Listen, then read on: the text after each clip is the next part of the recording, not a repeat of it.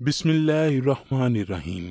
سیدہ فاطمہ کے 10 سال بعد تک سیدنا علی شیر خدا نے دوسری شادی نہ کی۔ اپنے بھائی عقیل کے اصرار پر انہی کو حکم دیا کہ میرے ساتھ شادی کے لیے ایک نیک، پاک باز اور بہادر خاتون کو تلاش کرو۔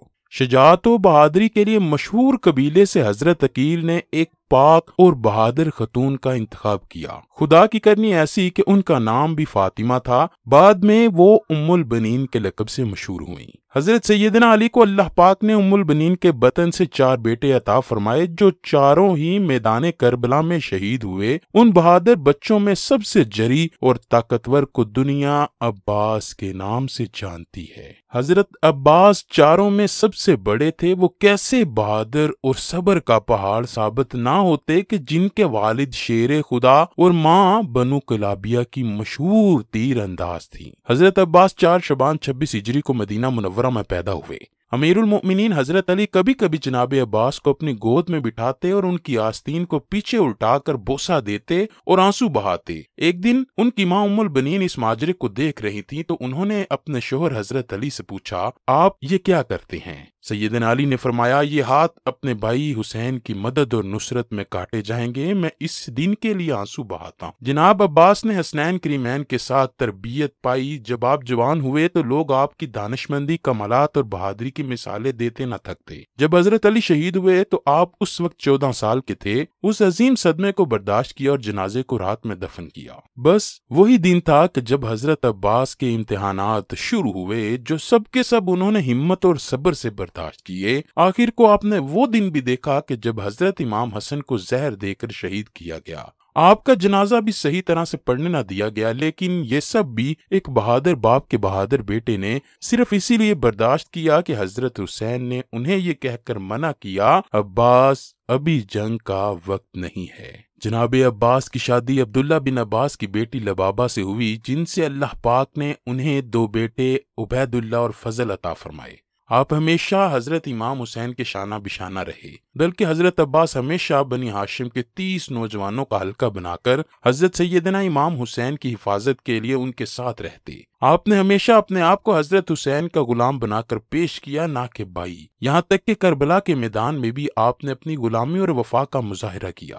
ابن زیاد جانتا تھا کہ جب تک عباس کربلا کے خیموں میں موجود ہیں ہم ان تک پہنچ نہیں سکتے، اسی لیے اس نے ایک چال چلی کہ شمر ملعون کو 4000 سپاہی دے کر حضرت عباس کے پاس بھیجا۔ اب شمر نے حضرت عباس سے کہا کہ میں ابن زیاد کی طرف سے عباس تمہارے اور تمہارے بھائیوں کے لیے امان نامہ لکھوا لایا ہوں، اس لیے اب تم یہاں سے جا سکتے ہو۔ بس یہ سننا تھا کہ حضرت عباس کا چہرہ انور سرخ ہو گیا۔ آپ نے امان نامہ پکڑا اور اس کے 2 ٹکڑے کرتے ہوئے فرمایا، ہمت ہے تو مجھ سے مقابلہ کر۔ تم لوگ چاہتے ہو کہ میں نواسے رسول سے غداری کروں؟ چنانچہ شیمر اور ابن زیاد اپنے مقاصد میں کامیاب نہ ہوئے، اور پھر کربلا کے میدان میں جب باری باری سب شہادتیں ہونے لگیں تو حضرت عباس نواسہ رسول سے عرض کرتے ہیں کہ آقا حسین، اب مجھے بھی اجازت دیجیے میں ان یزیدیوں کو جہنم واصل کروں۔ لیکن حضرت سیدنا حسین فرماتے ہیں کہ عباس،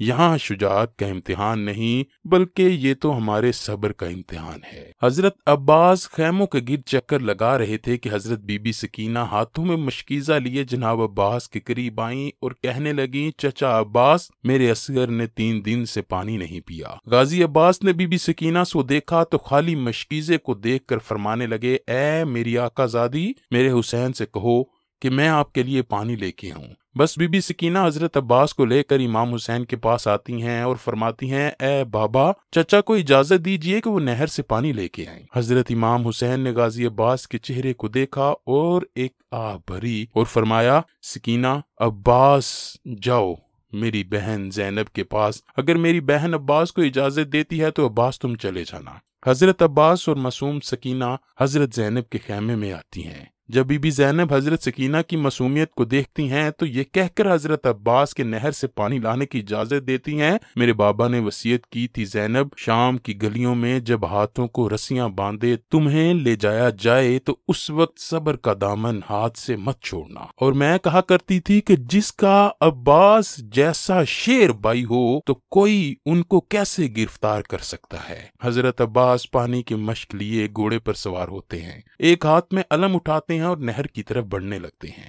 تاریخ طبری میں حضرت محمد بن جریر طبری لکھتے ہیں کہ جب حضرت عباس دریائے فرات کی طرف مشکیزہ اور ننگی تلوار لے کر نکلتے ہیں تو اس وقت عمرو بن الحجاج 500 یزیدی فوجیوں کے ساتھ دریا پر پہرا دے رہا تھا۔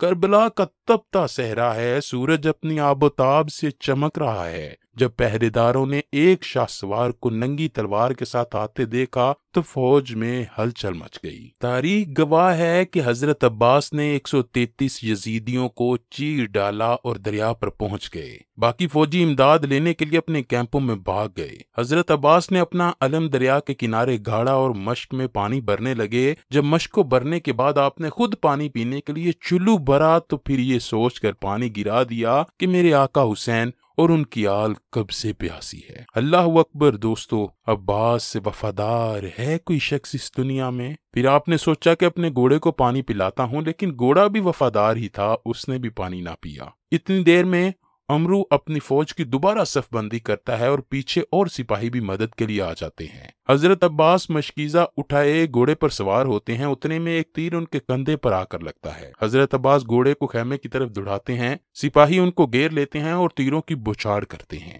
عمرو آواز لگا کر کہتا ہے، یہ پانی خیموں تک نہ پہنچنے پائے، اگر ان کو پانی مل گیا تو ہماری خیر نہیں۔ اتنے میں ایک بدبخت نے چھپ کر تلوار کا وار کیا تو آپ کا ایک بازو قلم ہو گیا۔ آپ نے فوری پانی کا مشکیزہ دوسرے ہاتھ میں پکڑا، پھر دوسرے بازو پر بھی وار ہوتا ہے اور وہ بھی قلم ہو جاتا ہے۔ تو اس کے بعد جناب عباس پانی کا مشکیزہ منہ میں پکڑ لیتے ہیں اور پھر سب یکجا ہو کر تیر برساتے ہیں۔ پانی کے مشکیزے کو بھی لگتے ہیں اور پانی بہنے لگتا ہے۔ جیسے ہی پانی بہتا ہے تو میرے آقا کی آنکھوں میں آنسو آ جاتے ہیں، وہ گھوڑے سے نیچے گر جاتے ہیں، تیروں سے نڈال ہو جاتے ہیں۔ یزیدی فوج فتح کے نعرے لگاتے ہوئے واپس ہو جاتی ہے۔ جب امام حسین حضرت عباس کو گرتا دیکھتے ہیں تو وہ ان کی طرف بڑھتے ہیں اور آ کر حضرت عباس کا سر انور اپنی گود میں لیتے ہیں۔ حضرت عباس پہلی دفعہ حضرت امام حسین کو اپنا بھائی کہہ کر پکارتے ہیں اور معافی مانگتے ہیں کہ میں معصوم سکینہ کے لیے پانی نہ لا سکا۔ آپ کی روح مبارک دارالفنا سے دارالبقا کی طرف کوچ کر جاتی ہے۔ تمام شہادتیں ہونے کے بعد جب سارے گردنوں سے سر اتار دیے جاتے ہیں اور ان کو نیزوں پر چڑھایا جاتا ہے تو صاحب وفا حضرت عباس کا سر نیزے پر نہیں رکتا اور بار بار گر جاتا ہے۔ یزیدی فوج پریشان ہو کر حضرت زین العابدین سے پوچھتے ہیں کہ ایسا کیوں ہے، جس پر آپ ایک تاریخی جملہ فرماتے ہیں، میرے چچا نے ساری زندگی میرے بابا حسین کی برابری نہیں کی تو اب مرنے کے بعد ان کا سر بھی حسین کے سر کے برابر نہیں رک سکتا۔ اللہ اکبر۔ یہ سن کر شمر کہتا ہے کہ عباس کے سر کو گھوڑے کی زین سے باندھ دو۔ لاکھوں کروڑوں سلام ہوں حضرت عباس کی وفا پر۔ اللہ پاک ہم سب کو بھی اللہ کے دین اور اس کے پیارے نبی حضرت محمد صلی اللہ علیہ وآلہ وسلم اور ان کی پاک آل سے وفا کرنے کی توفیق عطا فرمائے۔ اے اللہ ہم سب کے گناہوں کو معاف فرما دے اور ہمیں سمندر وفا حضرت عباس سے چند قطرے وفا، صبر اور بردباری کی عطا فرما دے۔ اے اللہ ہمیں لوگوں کے لیے آسانیاں پیدا کرنے والا بنا دے۔ کمنٹ سیکشن میں آمین ضرور لکھیے گا۔